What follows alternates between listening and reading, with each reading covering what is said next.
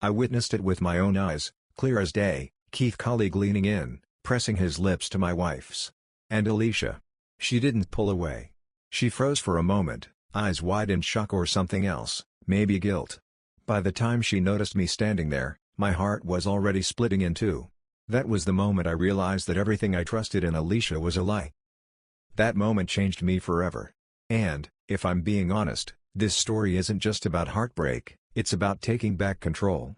If they thought they could make a fool out of me, they were dead wrong. I had no intention of letting them get away unscathed. I've never been the type to create a public spectacle. Ordinarily, I would have swallowed my pride, walked away, and chosen a more private setting to handle the matter. But something about the audacity of it all, the betrayal, the audacious kiss in full view of everyone, ignited a dark anger inside me. I locked eyes with Alicia. Even across the room, I could see her expression shift. It wasn't remorse or shame. It was more like irritation at having been caught, as though I were inconveniencing her by walking in on a little soap opera she was starring in. Then Keith, that smug son of a gun, finally turned around to look at me. He tried to hide his panic behind a sly grin, but I could tell he was rattled. I didn't punch him. I didn't even raise my voice.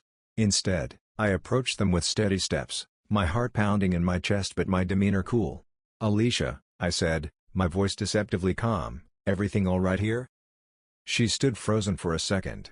Then, in the most infuriating, dismissive tone, she responded, "Damien, please. Don't make a scene."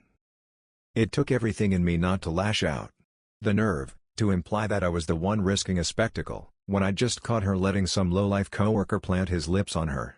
Keith tried to speak, but Alicia cut him off with a curt glance, as if to say, "Let me handle this."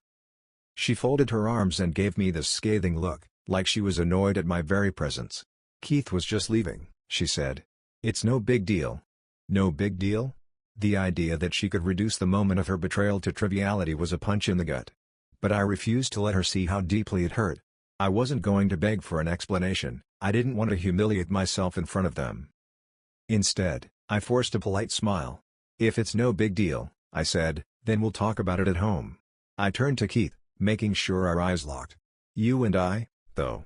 We'll speak very soon." I could see a flicker of anxiety spread across his face. Good. Let him feel the tension, the uncertainty, the regret.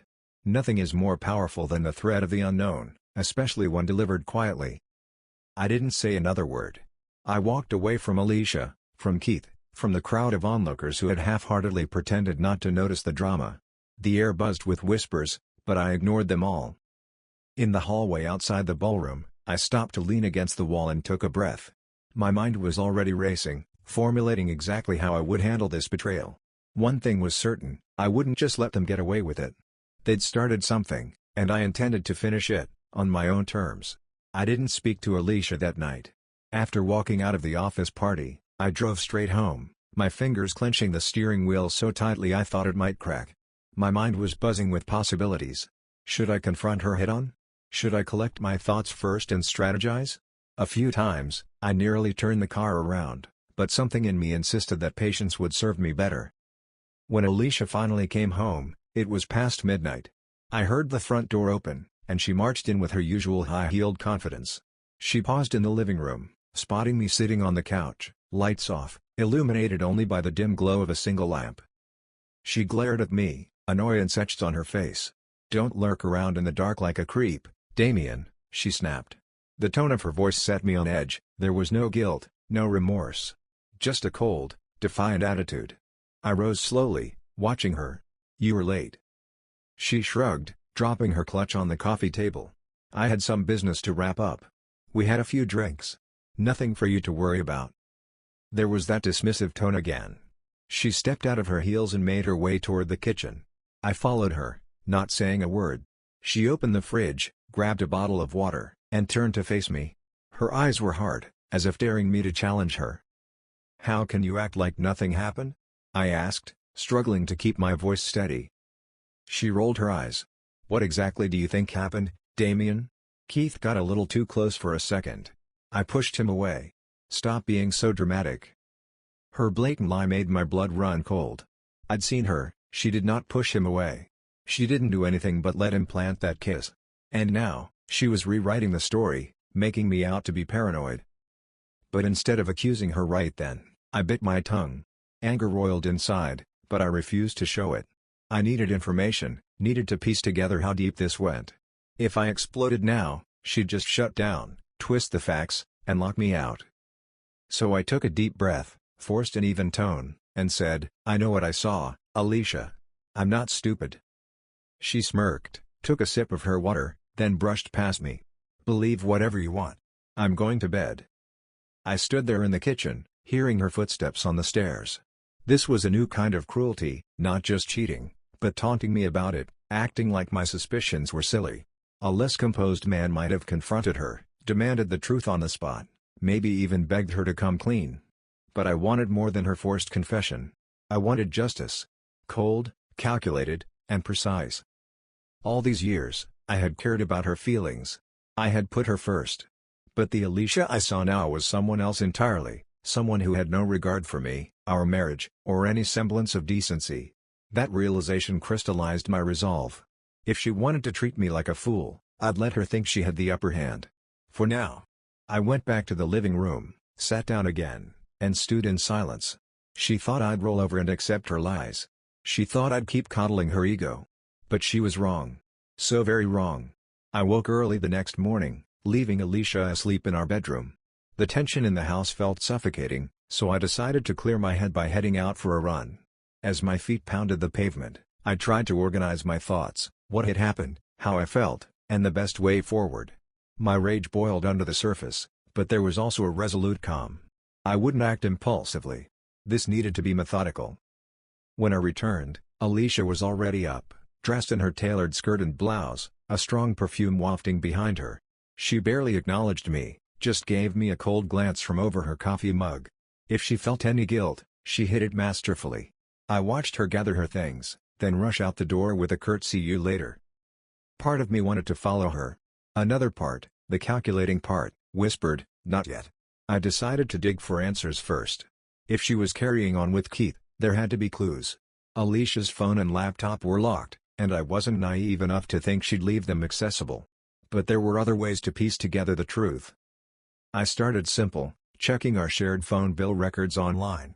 Sure enough, there was a spike in her text messages at odd hours, lots of them. A quick cross-reference with white pages revealed the number belonged to Keith. My stomach twisted at the confirmation. She was lying, obviously, no surprises there. But seeing the evidence in black and white stung all the same. Next, I rummaged through the desk drawers in our home office. Alicia kept some project notes there, random business cards, receipts. Under a stack of conference flyers, I found something that made my pulse quicken, a small, nondescript envelope addressed to her, with no return address. Inside was a card that read, "Missing our late nights. K." My jaw clenched. The magnitude of her betrayal was only growing. Whatever was happening between them had been going on longer than I initially suspected. This wasn't just a spur-of-the-moment lapse in judgment. She'd been entertaining him for weeks, maybe months. And that meant she'd been deceiving me for just as long. I carefully placed the card back in its envelope and returned it to the desk, making sure not to leave any sign of tampering. Rage pulsed through me, but I also felt a grim satisfaction. "You're sloppy, Alicia," I thought. "And you underestimate me." Before I closed the drawer, I spotted something else. A second envelope, unsealed. Curious, I slid it open. A flyer for a weekend getaway, romantic packages at a lake resort just outside the city. The reservation date was 2 weeks from now. And it was under our joint name, though I knew nothing about it. The possibility that she might have been planning to use our shared bank accounts, our name, for some tryst with Keith made my blood boil even more. But I steadied myself. If Alicia wanted to keep me in the dark, I could turn that to my advantage. I wasn't going to blow up at her just yet.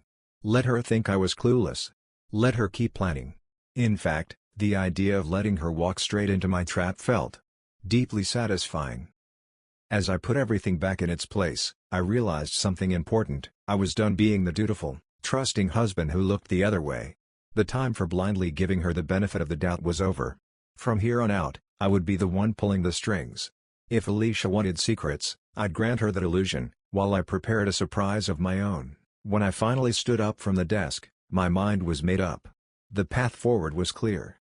I grabbed my phone and tapped a name I'd been reluctant to contact, an old friend from college who happened to be a private investigator. I planned to take my revenge carefully, meticulously, and, above all, with proof that neither Alicia nor Keith could refute or twist to their advantage. By the time I heard the dial tone, I felt a perverse sense of calm wash over me. If they wanted a game, I was ready to play. After placing the call to my old friend, Marcus, I felt an unexpected rush of adrenaline. Marcus had been an invaluable ally back in our college days, though ally might be putting it lightly. He had a knack for pushing boundaries, bending rules, and extracting information from unlikely sources. I'd never asked for such a favor before, but if ever there was a time to pull old strings, this was it. The moment he picked up, I heard the faint crackle of a police scanner in the background. That was classic Marcus, always plugged into someone else's chatter. Even after all these years, the sound made me smirk. "Damien," he said, his voice lined with surprise. "Been too long. You in some kind of trouble?" His guess was annoyingly accurate. "More like I'm about to start trouble," I replied. "I need your expertise." I didn't give him all the details over the phone. Couldn't risk it. Instead, I set a lunch meeting at a bar we both knew well, far enough from Alicia's usual haunts. That gave me a small window of time to create a convincing alibi for the day, one that wouldn't rouse her suspicion. After all, the last thing I wanted was for her to sense the net tightening around her. Before I left, I crafted a quick text to Alicia. "I've got back-to-back meetings today. Don't wait up tonight, might be working late." It was the perfect cover story for any mysterious gaps in my schedule. Knowing her, she'd probably reply with a half-hearted okay and promptly forget about me while she texted Keith. Good. Her complacency would be her undoing. At noon, I arrived at a small, dimly lit bar downtown. Marcus was already there, leaning against the counter with a tumbler of whiskey in hand. His trademark detective's trench coat hung off his tall frame, and he offered me a wry grin as I approached. "Glad you could make it," he said, clapping me on the shoulder. "What's the scoop?" I glanced around to make sure no one was eavesdropping. The bar was mostly empty, an older couple in a corner booth, a lone patron half dozing at a table near the door. Satisfied, I laid out an abbreviated version of events: Alicia's suspicious behavior, the coworker, the damning evidence of text messages and cryptic notes. Marcus listened intently, occasionally interjecting with practical questions, dates, timelines, contact info for Keith. He didn't bat an eye at the idea of a covert operation to gather proof. That was his wheelhouse, and he thrived on this sort of challenge. "I can set up surveillance," he finally said, swirling the whiskey in his glass. "Track her phone, follow them if they go somewhere together. You'll have all the evidence you need to confront them, or do whatever else you have in mind." I nodded, my expression grim. "I want to be discreet. No direct confrontation yet." Marcus tapped his phone thoughtfully. "Discreet is my specialty. I'll keep a low profile. In a few days, we'll know exactly how deep this rabbit hole goes." We clinked glasses, sealing the deal without another word. The plan was in motion. Even as fury simmered under the surface, I felt oddly calm. There was something liberating about knowing I wasn't the victim anymore. I was the hunter. Before we parted ways, Marcus paused, studying me. "Whatever you find, make sure you keep a level head, Damien. Revenge is a tricky thing. It can come back to bite you if you're not careful." A flicker of irony crossed my mind, but I just gave him a cold smile. "Thanks for the concern. But I've already been bitten. It's time to bite back." With that, I walked out into the midday sun, my heart pounding with a mix of resentment and anticipation. Alicia and Keith had no idea what was coming for them, and if I had my way, they'd never see it until it was too late. The next few days dragged on with a peculiar slowness, each moment loaded with tension. Every morning, Alicia left the house in stony silence. Every evening, she returned with a dismissive shrug, no explanations, no apologies, no admission of any wrongdoing. Just contempt in her eyes, as if I were the one upsetting her life. I pretended not to notice. In fact, I made a show of being distant and preoccupied, so she'd think I was sulking. If Alicia believed I was too spineless or hurt to investigate further, then she'd let her guard down all the more. She had no idea that my friend Marcus was already tailing her outside the office, tracking her calls, and quietly collecting every scrap of evidence I needed. One night, after she'd gone to bed, Marcus messaged me with the first real update. He'd been watching from a discreet vantage point in the parking lot of Alicia's office. She and Keith had slipped out to a nearby cafe during lunch, heads close together, Their conversation drowned by the crowd noise, but their body language unmistakable. Marcus sent me a blurred photo he'd snapped through the window. It was enough to confirm everything, eyes locked in a heated gaze, Alicia resting her hand on Keith's arm in a way that was all too intimate for mere co-workers. When I saw that image, a combination of anger and grim satisfaction washed over me. Anger, because it confirmed my wife's brazen betrayal. Satisfaction, because it proved my plan was working. All the subtlety in the world couldn't hide that stolen moment in a cafe. But the real bombshell came the following evening.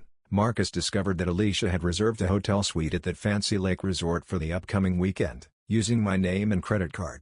Keith's name was nowhere on the reservation, but the pattern was obvious.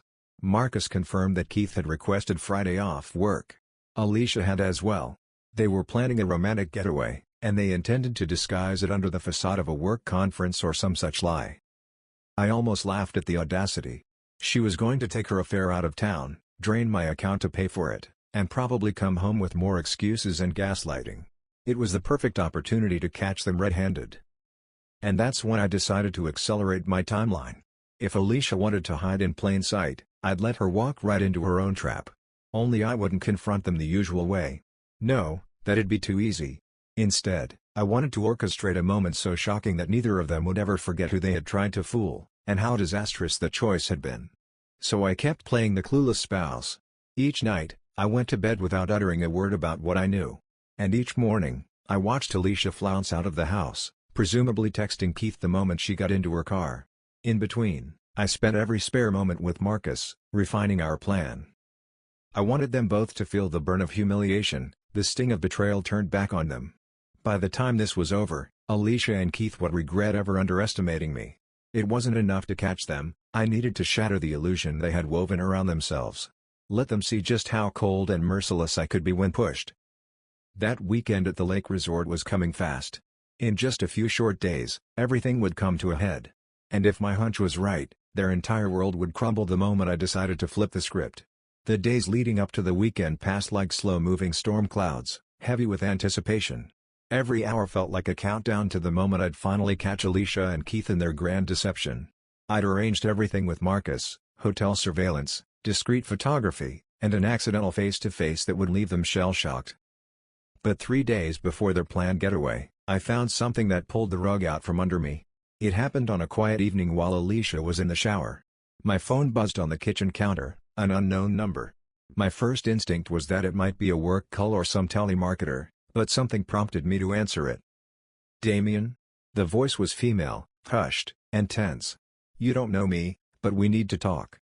It's about Keith." The air in the kitchen seemed to freeze around me. "Who on earth?" I hesitated. "I'm listening."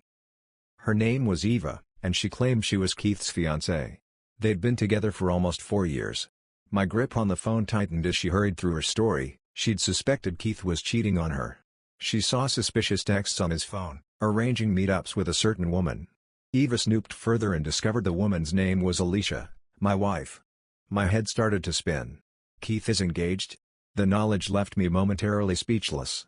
Not only was the man brazen enough to pursue a married woman, but he was also stringing along someone else in his own personal life.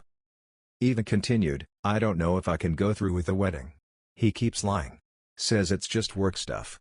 But I know he's meeting her at that lake resort this weekend." I forced myself to stay calm and not reveal too much. For all I knew, this could be some elaborate trick. "Why are you telling me this?" I asked bluntly. She exhaled a shaky breath. "Because if he's cheating with your wife, then we both deserve to know the truth. I found your number on Alicia's social media. Cross-checked it with the phone bill I pay for Keith's line.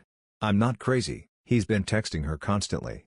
I had to reach out. It was surreal, hearing a stranger confirm all my darkest suspicions, but from a different angle. And yet, I felt a stir of gratitude. Eva was a wild card, yes, but she was also an unexpected ally, someone else with a stake in exposing Keith and Alicia. "Meet me tomorrow," I finally said. "There's a cafe on Pine Street, near 8th. 2 in the afternoon. We can compare notes." She agreed without hesitation. I ended the call just as the shower stopped upstairs. My chest pounded, and my mind raced with a new plan. Bringing Eva into the fold could upend everything. It could also take the sting of my revenge to a whole new level. Because if Keith and Alicia were about to destroy our relationships, maybe it was time to turn the tables on them, together. That night, I lay awake in bed, listening to Alicia's soft, steady breathing. She slept so soundly, so unbothered, while my world reeled with this fresh revelation. What she didn't realize was that her scheme was about to become far more complicated. Two can play at this game. And with Eva on my side, I might have a partner in delivering the payback these two traitors deserved. But I knew I had to tread carefully. Alicia was sharp, and she might smell a setup if I acted too rashly. So I kept everything close to the vest, feigning ignorance, pretending I was still moping around. Little did she know, the stage for her downfall, and Keith's, was being rearranged by the hour, and I just found a new piece that might complete the puzzle. I arrived at the cafe on Pine Street a few minutes before 2, sliding into a corner booth with a clear view of the entrance. Nerves crackled through me, though I kept my composure by forcing slow, steady breaths. The place was busy enough that two strangers meeting wouldn't draw much notice, yet quiet enough that we could talk without shouting. Eva walked in right on time. She was tall, with long dark hair pulled into a tight ponytail, eyes scanning the room until she spotted me. As she approached, I saw anxiety etched into her face, yet her posture was determined, almost defiant. We exchanged a curt nod, the mutual wariness of two people who shared a grim secret but had never met before. "Damien?" she asked quietly, sliding onto the seat opposite me. I gestured for her to sit. "Yes. Thanks for coming." Up close, I could see the stress lines on her forehead. She looked like someone who hadn't slept well for days. Join the club, I thought grimly. The waitress came by, and we ordered coffees. Neither of us spoke until she left. Finally, Eva took a shaky breath. "So, you know why I'm here?" I nodded. "Keith. Alicia." Their names on my tongue felt like broken glass. "Tell me what you've found." "Everything." She set her purse on the table and pulled out a small folder, the kind you get for storing documents. My mind flashed to the envelope I'd found at home, the one Alicia carelessly kept in the drawer with the romantic note from Keith. The irony wasn't lost on me. We were both sitting here, comparing evidence about two people who were busy tearing our lives apart. Eva handed me a few printed screenshots of text messages. I skimmed them. "Miss you. Can't wait for Friday. We'll make this weekend unforgettable." They were from Keith's phone, brimming with innuendo. Alicia's name wasn't explicitly mentioned, but the context was unmistakable. She pointed to the timestamps. "He's been sending these while I'm at work, late at night. I confronted him once. He played dumb, said the texts were for a business contact. Then he deleted everything." I let out a slow exhale. "And you're sure it's Alicia on the other end?" Eva's gaze hardened. 100%. I saw a message pop up once with her name. I cross-checked his call logs, found your number, then her LinkedIn account, so I recognized her face when I kept digging. "She's the one he's been meeting." She paused, a hint of bitterness creeping into her voice. "Maybe she's the only one. Could be more for all I know." "Trust me," I said, "she's definitely with Keith. I've had someone tailing them. This weekend at the lake resort, he took time off, she did too." Eva nodded. "That's exactly what I'm worried about. He's told me he's going on a work retreat." She scoffed. "I guess that's partially true, he's retreating from the fiancé who pays half his bills." Her bitterness mirrored the anger festering inside me. I slid the screenshots back into the folder. "I've got a friend who's a private investigator. He's been collecting proof, too, photos, video, location tracking. My plan was to confront them at the resort. Catch them red-handed. But I didn't expect to have an ally." Eva tucked the folder away. "I don't just want to catch Keith," she said, voice trembling with a quiet rage. "I want him to feel it. All those lies. All that betrayal. You know how it feels. I'm done being strung along like some gullible fool." Her words lit a spark in me. I recognized that need for vengeance, the hunger to make them pay for every moment of humiliation. I leaned forward, keeping my voice low. "Let's do it together, then. We'll coordinate with my investigator, make sure we both show up at the right time, in the right place." Eva's eyes narrowed. She didn't blink. "I want to see his face when he realizes I know. And if your wife is there, so be it. Let them watch each other's worlds crumble." I gave a cold smile. "Trust me, Alicia will regret everything. This won't be a simple confrontation. I have plans." She studied me for a second, like she was trying to gauge whether she could trust me or if I was just a desperate man searching for payback. In truth, I suppose I was both. Finally, she dipped her head in agreement. "All right. I'm in." We exchanged phone numbers, then stood to leave. Before Eva turned away, I placed a hand gently on her arm. "This is going to get messy. You sure you're ready for that?" She swallowed hard, then gave a single nod. "I'm done being lied to, Damien. Let's finish this." And just like that, we formed our uneasy alliance, bonded by mutual betrayal and an unflinching desire for retribution. As I stepped out onto the sidewalk, my mind raced, already fitting this new piece into the puzzle. If Keith thought he was just conning an oblivious fiancée, and Alicia thought she was fooling her clueless husband, well, they were about to learn a very harsh lesson. And they'd never see it coming. Patience, I've learned, is both a virtue and a weapon. Over the next few days, I worked hard to maintain a facade of normalcy, even as tension crackled beneath every moment in our house. Alicia and I barely spoke. She spent her nights either glued to her phone or pretending to read on the couch, her eyes distant. If she thought I was sulking, she didn't bother to probe too deeply. And that was exactly what I wanted. Meanwhile, Eva and I stayed in touch, comparing notes, confirming our next steps. She mentioned that Keith had been dropping hints about the big weekend, how he'd earned a break from work stress, how it would be just the two of them. Hearing that made my stomach churn, but it also fueled me with a grim satisfaction. The higher they built their fantasy, the harder they would crash. Marcus, my private investigator friend, was working behind the scenes. He'd already arranged for a small team, 2 people with cameras, posted discreetly around the resort, to capture every incriminating moment. In addition, Eva planned to arrive separately from me, staying out of sight until it was time to strike. We'd coordinate by phone, waiting for the perfect window to appear. The night before their rendezvous, Alicia was humming as she packed a small suitcase in our bedroom. I stood in the doorway, arms folded, watching her carefully fold lacy lingerie I'd never seen before. She pretended not to notice. Finally, I cleared my throat. "Going somewhere?" She paused just long enough to toss me a withering look. "My boss scheduled a last-minute retreat. 2 nights. A bunch of us from the office have to go." She said it so smoothly, so brazenly, I almost laughed. Instead, I put on my best blank expression. "Oh. Must be important." A flicker of triumph ran through me when she met my gaze, though I quickly suppressed it. I didn't want her to suspect how badly she just revealed her hand. "Yeah, it's mandatory," she continued, turning back to her suitcase. "I don't have a choice." She must have expected me to argue, to question her, maybe demand to see an itinerary. But I did none of that. I simply watched her zip up the suitcase and lift it off the bed. If she noticed the set of my jaw or the tension in my posture, she chose to ignore it. Before leaving the room, she paused in front of me. For a split second, I thought I saw a flash of uncertainty in her eyes, like she was wondering if I might make a scene after all. But then her lips curled in a sneer. "Don't wait up, Damien." And just like that, she brushed past me and disappeared downstairs. I stood there, heart pounding, 100 emotions coursing through me. It stung to realize just how little she cared about her deception. But that pain hardened into a fierce resolve.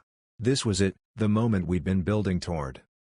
When Alicia left the house the next morning, suitcase in tow, I gave her a simple nod. She didn't ask where I was going for the weekend, didn't offer me a goodbye kiss or even a friendly farewell. Her mind was clearly elsewhere, on Keith, on the lies they were about to bring to life. I waited an hour, then gathered my own bag and set off in my car. Behind my calm expression, I could practically feel the gears of retribution clicking into place. By nightfall, Alicia and Keith would be trapped in their own web of deceit, only to find that they were the ones about to be caught. I pressed the pedal and merged onto the highway, my phone buzzing once with a text from Eva. "On my way. They have no idea. Let's do this," I smirked, tossing the phone onto the passenger seat. Let them believe they were heading for a blissful escape. By the time this was over, that lake resort would become their personal hell. The drive up to the lake resort took a little over 2 hours, just enough time to let my anticipation solidify into a cold, unwavering resolve.